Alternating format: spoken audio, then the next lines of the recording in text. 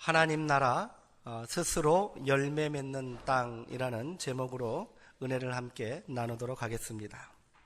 지난 목요일은 3.1절 99주년 되는 날이었습니다. 실로 우리 민족의 자긍심과 또 자유평화 정신을 만방에 떨친 민족사의 위대한 날입니다. 3.1 만세운동은 한국 역사상 최대의 민족운동이자 또한 독립운동이었을 뿐 아니라 한국 교회사에도 커다란 변화와 영향을 준 사건입니다. 3.1운동은 1910년 8월 제국주의의 광기에 사로잡힌 일본 제국에 의해 대한민국이 강제로 병탈된 지 9년 후에 일어난 사건입니다. 전국 방방곡곡에 울려 퍼진 대한독립만세의 함성은 2개월이나 지속되었고요. 200만이 넘는 인원이 참가하였다고 합니다. 이곳 부산도 예외가 아니었겠지요. 지난 수요일에 이 일대에서 좌천동부터 이 일대에서 만세운동을 재현하는 그 퍼레이드를 하더라고요. 앞에는 말을 탄 일본 순사복장한 사람도 지나가고 또 일신여고 학생들이 태극기를 손에 들고 또 저고리를 입고 이렇게 참여하는 그런 모습을 봤습니다. 왜 그런 일을 하나 이렇게 알아봤더니 당시 부산 각처에서도 곳곳에서 이 만세운동이 일어났고요. 특별히 좌천동에 위치하고 있는 일신여고의 전신인 일신여학교 학생들이 태극기를 몰래 그리고요. 사람들에게 나눠주고 거리에 나와서 시민들과 합세하여 만세운동을 벌였다는 거예요. 정말로 자랑스러운 일이 아닐 수 없습니다. 어찌되었던 이 일로 3월 1일부터 그해 5월 말까지 학살된 사람이 7,900명이 넘습니다. 부상자는 1만 6천 명에 달하고요. 감옥에 구금된 사람도 4만 7천 명에 이릅니다. 이처럼 잔혹한 일제의 탄압에도 불구하고 3.1운동의 결과 어떤 일이 벌어졌습니까? 그해 4월 11일 우리 상해에 대한민국 임시정부가 수립되었고 주권을 회복하기 위한 본격적인 무장 항일 독립운동이 일어나기 시작한 겁니다.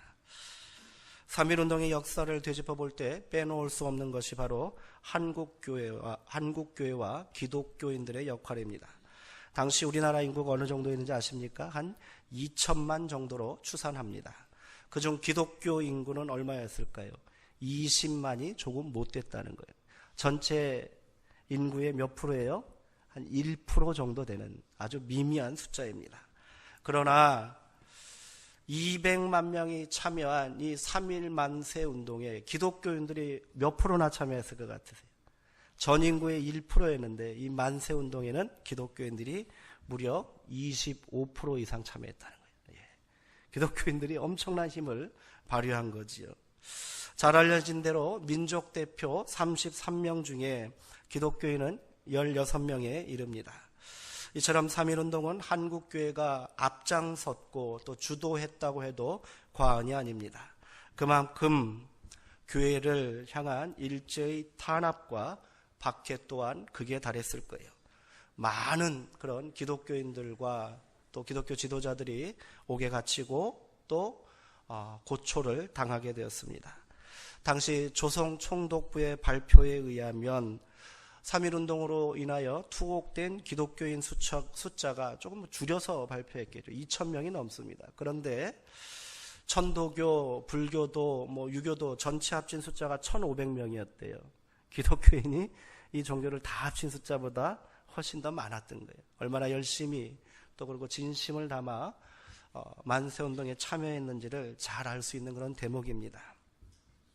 그러나 이후 어떻게 됐지요?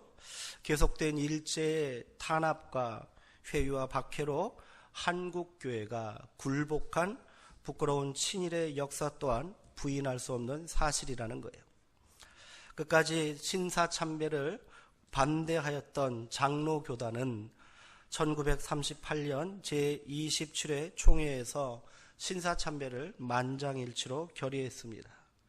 이때 총회가 열린 평양 서문교회는 수백 명의 사복경찰들이 입구를 막고 있었고요. 칼을 찬 고위 경찰관이 강대상 위를 점령하고 있었답니다. 전국에서 모인 총대들 사이에는 무장경관이 좌우로 2명씩 배치됐어요. 이러한 강압적인 분위기 속에서 총대는 신사참배를 결의할 것을 주장했다고 외칩니다. 그때 이것은 불법입니다. 치욕스러운 일입니다. 항의하는 총대와 선교사들을 그 자리에서 또 체포하고 일제는 연행했겠죠. 그렇게 치욕스럽고 부끄러운 신사참배에 장로교마저도 마지막으로 무릎을 꿇게 된 거예요. 이유 어떠했을까요? 장로교는 조선 장로호라는 이름으로 전투기까지 일본 제국에 헌납했습니다. 부끄럽고 아픈 한국 장로교의 역사이지만 이 또한 우리가 인정하고 함께 회개할 역사인 줄 믿습니다. 비록 오욕의 역사가 있었지만 당시 기독교인들은 끝까지 일본에 항거하여 독립운동의 중심에 서 있었습니다. 오늘 이처럼 우리가 해방된 조국에서 자유와 평화를 누리게 됨이 우리 믿음의 선조들의 기도와 목숨을 건 거룩한 투쟁 때문이었음을 잊지 말아야 할 것입니다.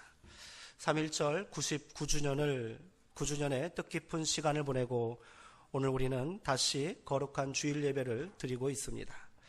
우리에게 독립은 어느 날 갑자기 우연히 찾아온 그런 사건이 아닙니다. 아픈 역사와 고난의 시간을 이겨내고 일구어낸 귀하고 값진 열매인 줄 믿습니다. 3.1운동에서 낭독된 기미독립 선언문에는 다음과 같은 구절이 있습니다. 새 하늘과 새 땅이 눈앞에 펼쳐지누나 힘의 시대가 가고 도의의 시대가 오누나 양심이 우리와 함께 있고 진리가 우리와 더불어 전진하나니 남자 여자 어른아이 할 것 없이 음침한 옛집에서 힘차게 뛰어나와 삼남 만상과 더불어 즐거운 부활을 이룩하게 되누나. 새하늘과 새 땅을 소망하며 부활을 이루려는 민족의 염원은 그대로 오늘 우리가 함께 나눌 하나님 나라의 비밀과 맞닿아 있습니다. 오늘 말씀을 통해 99년 전 우리 민족이 온몸으로 선포하고 염원한 진정한 새하늘과 새 땅, 부활의 새 역사를 우리가 함께 만들어가게 되길 간절히 소망합니다.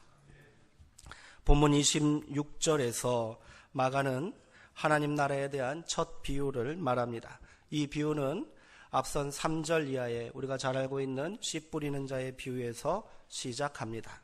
이 비유에서 좋은 땅은 오늘 본문에 나타난 하나님 나라의 비유에 대한 단초가 됩니다. 8절에서의 땅은 우리가 읽은 26절의 땅으로 연결됩니다. 예수님은 이 비밀에 대한 깨달음을 촉구하는 말씀을 4장에서 거듭 말씀하셨어요. 2절에서 첫 비유를 시작하시면서 예수님은 들으라 이렇게 말씀하셨고요. 9절과 23절에는 들을 귀 있는 자는 들어라 이렇게 반복하십니다. 이 비밀은 들은 만큼 본 만큼 헤아리는 그 헤아린 만큼 깨닫게 될 것입니다. 예수님께서는 26절에서 하나님 나라에 대하여 본격적으로 말씀하기 시작하시면서 하나님 나라는 사람이 씨를 땅에 뿌림과 같다 이렇게 선포하십니다. 하나님 나라의 비유인데 이상하게 비유의 주어가 하나님이 아닙니다. 사실 하나님 나라의 4장에 나오는 모든 비유에 하나님은 나오지 않아요. 하나님 나라니까 주인공이 하나님이어야 될 텐데 그렇지 않다는 거예요. 오히려 이어지는 말씀에서 주어는 무엇입니까? 사람이고요. 씨앗이고 땅이라는 것에 주목하시기 바랍니다. 먼저 예수님은 하나님 나라를 사람이 씨를 땅에 뿌림으로 비유하고 계십니다. 사람이 하나님 나라의 주체라는 말입니다. 하나님은 사람을 통하지 않고서는 자신의 뜻을 나타내지 않는 분이심을 기억하시기 바랍니다. 사람은 항상 하나님의 뜻의 중심에 있습니다. 결론적으로 이 말씀은 사람이 사람다워지는 것이 하나님 나라의 비밀이라는 그런 말이 되는 겁니다. 이 사람다워짐의 중심에 예수님이 계셔요. 예수님, 마태복음은 하나님께서 세상을 구원할 메시아를 사람의 족보를 통하여 보내셨다고 증언합니다. 하늘에서 뚝 떨어진 메시아가 아니에요. 하나님은 죄 많은 사람의 계보를 통하여 기어이 구원자를 낳고 계십니다. 여기서 중요한 것은 사람이 하나님의 말씀인 씨를 땅이라는 자신의 좋은 마음밭에 심는 것입니다. 예수님은 이 씨앗을 좋은 밭에 먼저 심으신 분이십니다. 그리고 오늘 우리의 마음밭에도 그 씨앗을 심어 주셨습니다. 하나님 나라는 여기에서 출발하는 거예요. 이어지는 27절에서 예수님은 이 씨가 스스로 저절로 자라난 것처럼 말씀하십니다.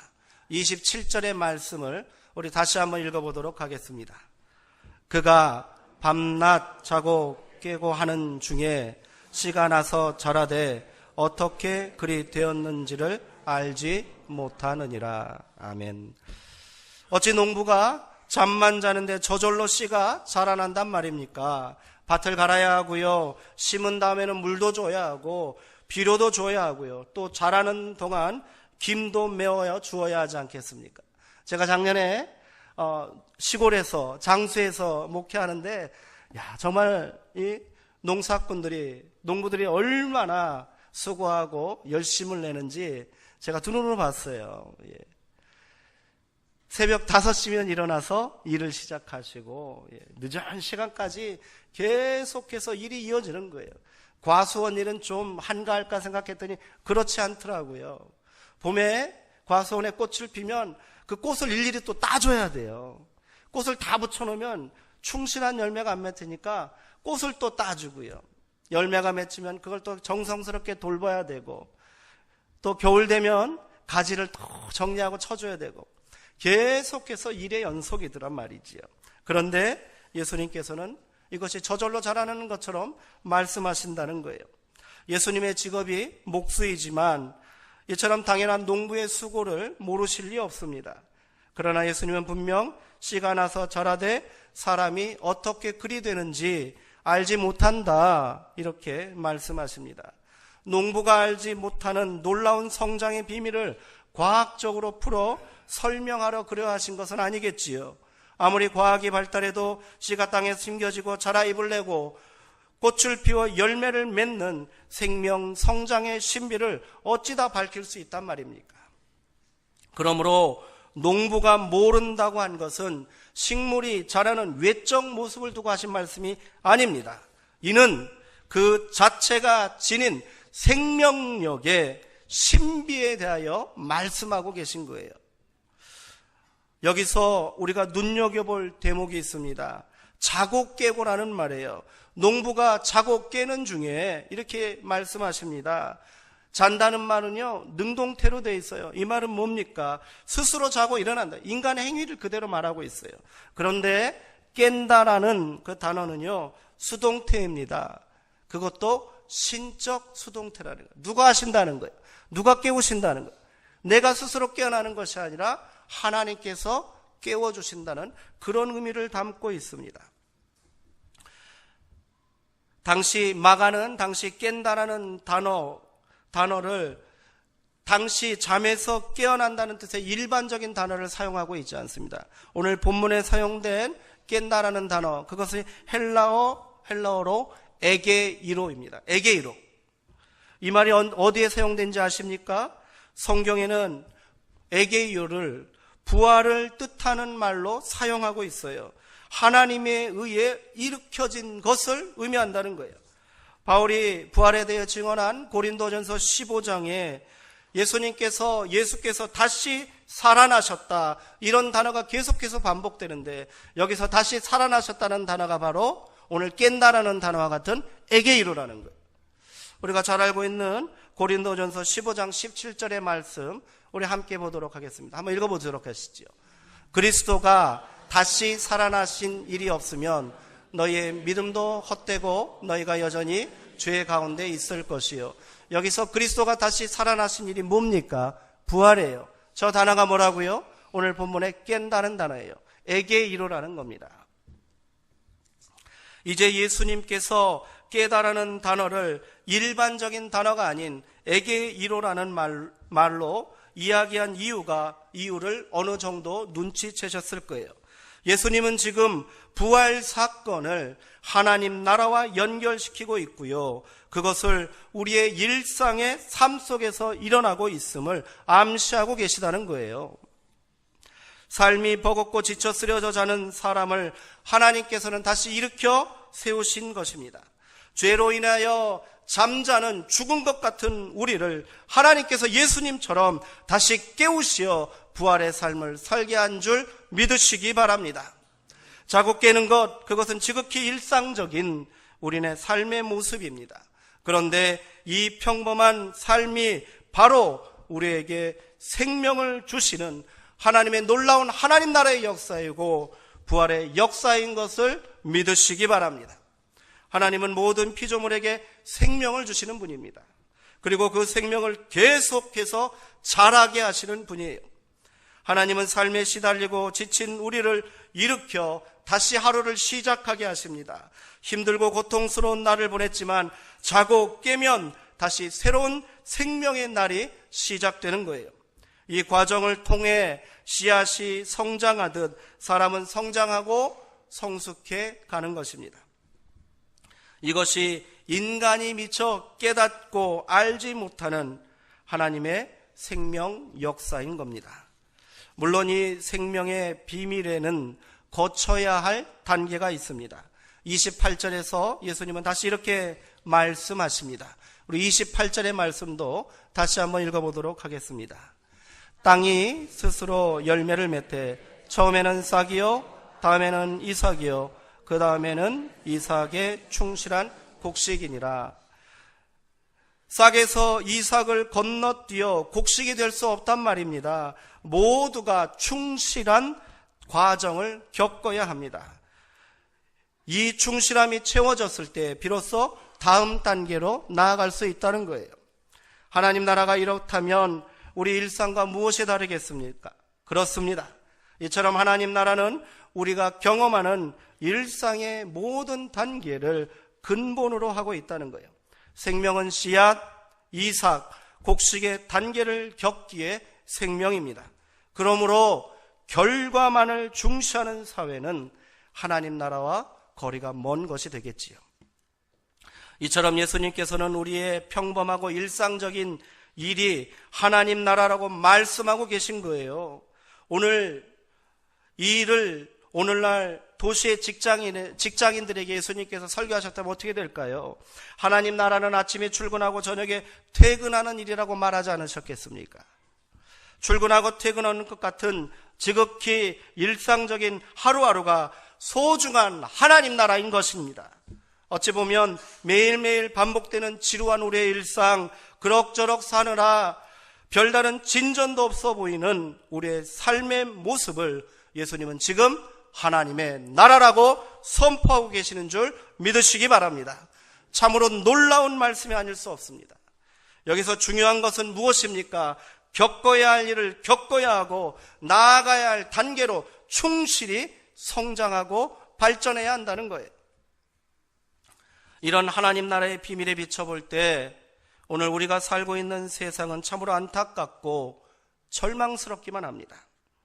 이번 단계에서 다음 단계로 나아가는 희망을 갖게 하는 사회, 땀을 흘린 만큼 노력할 수 있는 사회가 건강한 사회요, 예수님이 말씀하신 하나님 나라의 질서가 아니겠습니까? 그런데 누구는 아무런 수고도 땀도 흘리지 않고 불을 쉽게 축적하고요, 또 누구는 아무리 땀을 흘려도 더 힘들어지는 사회가 오늘 우리가 살고 있는 세상의 민낯입니다. 청년들은 일할 기회조차 공정하게 주어지지 않는 이 땅을 아무런 희망이 없는 지옥이라고 말하고 있지 않습니까? 같은 일을 하고도 비정규직이라는 이유만으로 차별과 상시적인 해고의 두려움에 내몰린 사람들에게 세상은 별로 관심이 없습니다. 그래서 싹도 제대로 크기 전에, 이삭이 되기 전에 스스로 목숨을 끊어버리게 하는 세상이 되어버린 거예요. 이는 하나님의 나라가 아니고 지옥일 뿐입니다. 예수님은 놀랍게도 땅이 스스로 열매를 맺는다 말씀하십니다. 성경에서 스스로라는 단어는요, 스스로 역사하시고 스스로 일하시는 분은 오직 한 분입니다. 누구십니까? 하나님이에요. 이 비유는 하나님의 나라의 비유라고 말씀드렸습니다. 그렇다면 예수님은 싹을 내고 이삭을 자라게 하고 이삭이 충실한 곡식을 맺게 하는 땅을 하나님 나라로 보고 있다는 말이 되긴 겁니다. 가히 혁명적인 선포가 아닐 수 없습니다. 오랫동안 우리는 이런 땅의 능력, 스스로의 힘, 신비로운 힘에 대하여 주목하지 않았습니다. 오히려 땅을 저급한 것으로 여겼잖아요. 땅이 곧 하나님의 나라인데 인간의 욕망대로 처분하고 소유할 수 있는 정복과 파괴의 대상으로 여겨왔습니다.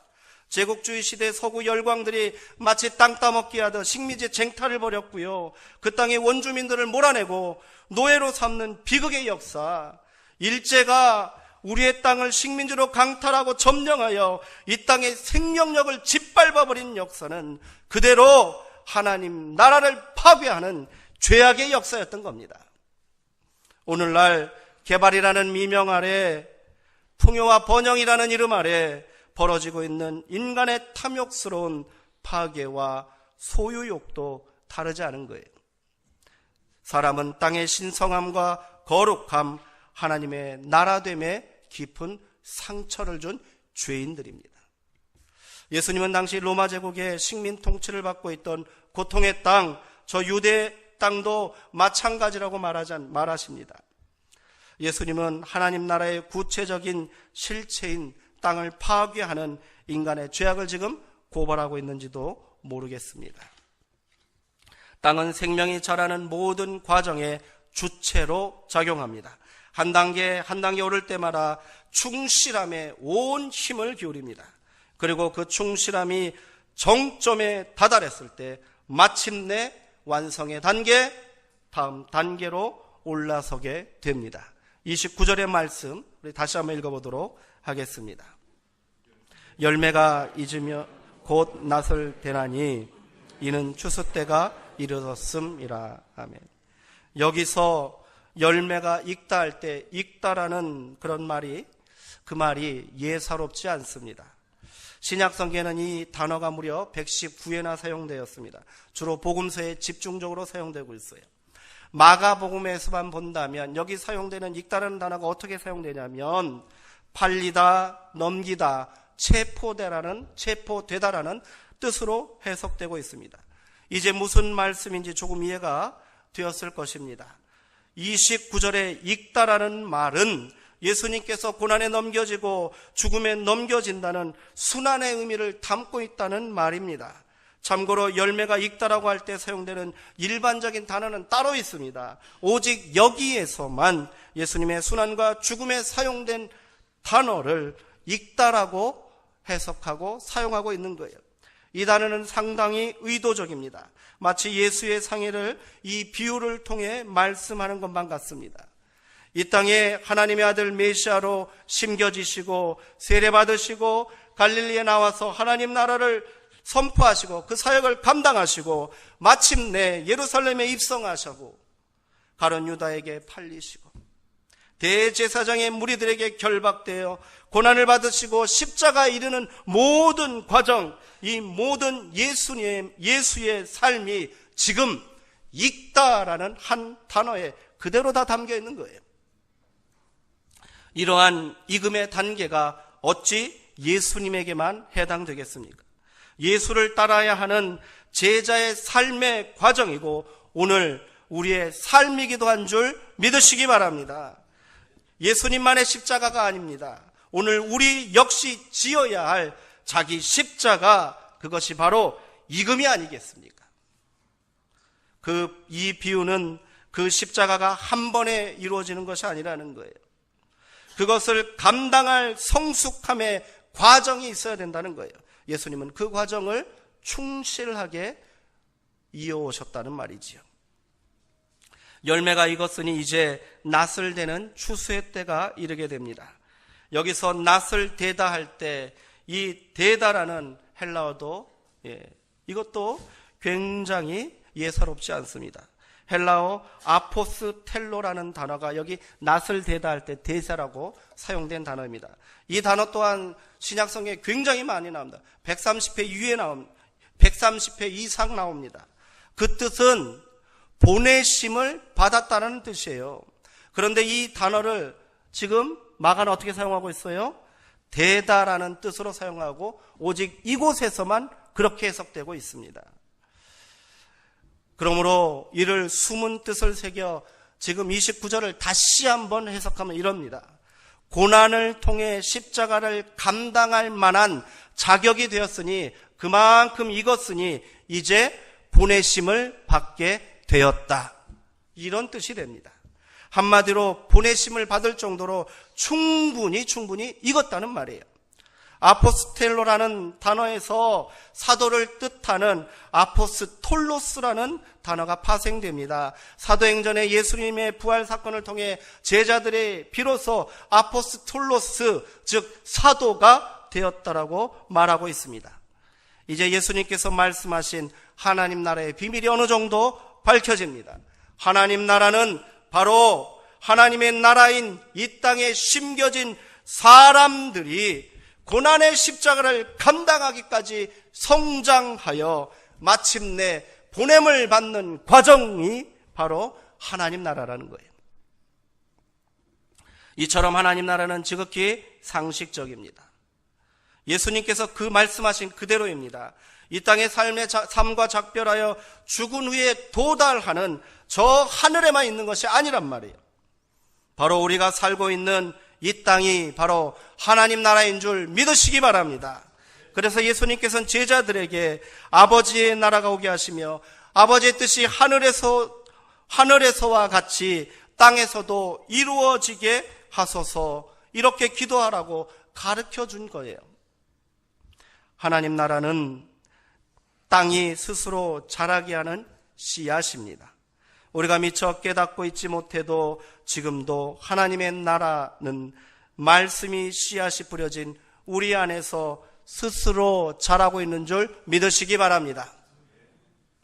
그 씨앗이 지금 싹을 내고 이삭을 내고 마침내 이삭이 충실한 곡식으로 자라고 있는 중이라는 거예요. 내가 깨닫지 못하고 내가 알지 못하지만 자고 깨는 중에 이 놀라운 생명의 신비가 오늘 우리 각자에게 일어나고 있음을 믿으셔야 합니다. 거쳐야 할 것을 다 거치고 겪어야 할 일들을 다 겪어야 마침내 완성될 수 있습니다. 이를 건너뛰면 절대로 낫을 될 수 없습니다. 보내심을 받을 수 없다는 거예요.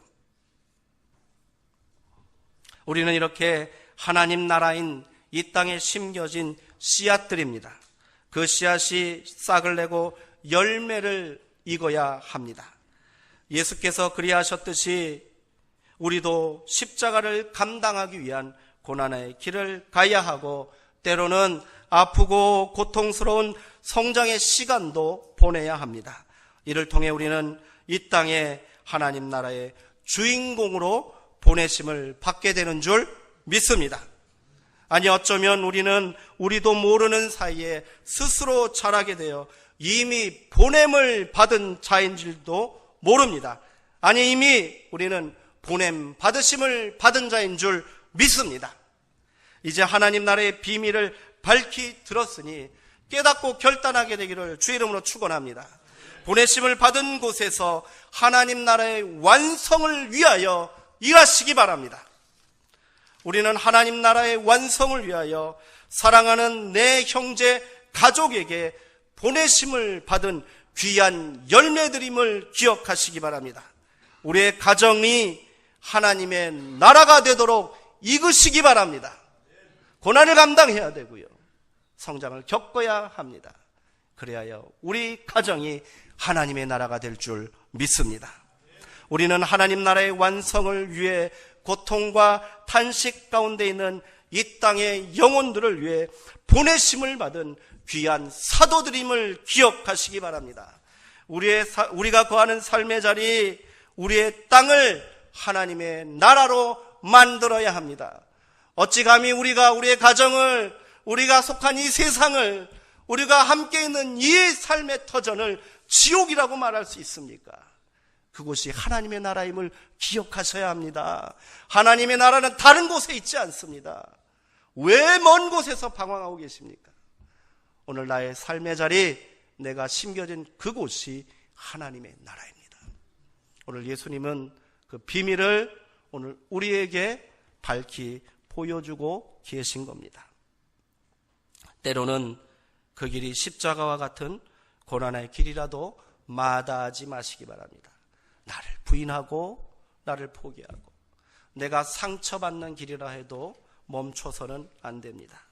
그리고 내가 이를 어떻게 감당할 수 있단 말인가, 나 같은 사람이 무슨 일을 할 수 있단 말인가 포기하고 또 절망하지 마시기 바랍니다. 오늘 우리 예수님께서 말씀하신 대로 우리 안에 우리가 자고 깨는 동안 우리는 어떻게 해야 된다고요? 스스로 자라고 있는 줄 믿으시기 바랍니다. 하나님께서 우리에게 날마다 깨어나는 역사를 허락하시고 부활의 참 생명을 경험케 하시며 오늘도 우리를 자라게 하시는 줄 믿습니다. 그렇게 우리 모두가 이 땅에 하나님의 뜻이, 하나님의 나라가 임하게 하는 보내심을 받은 자가 되기를 주의 이름으로 간절히 축원합니다. 기도하겠습니다.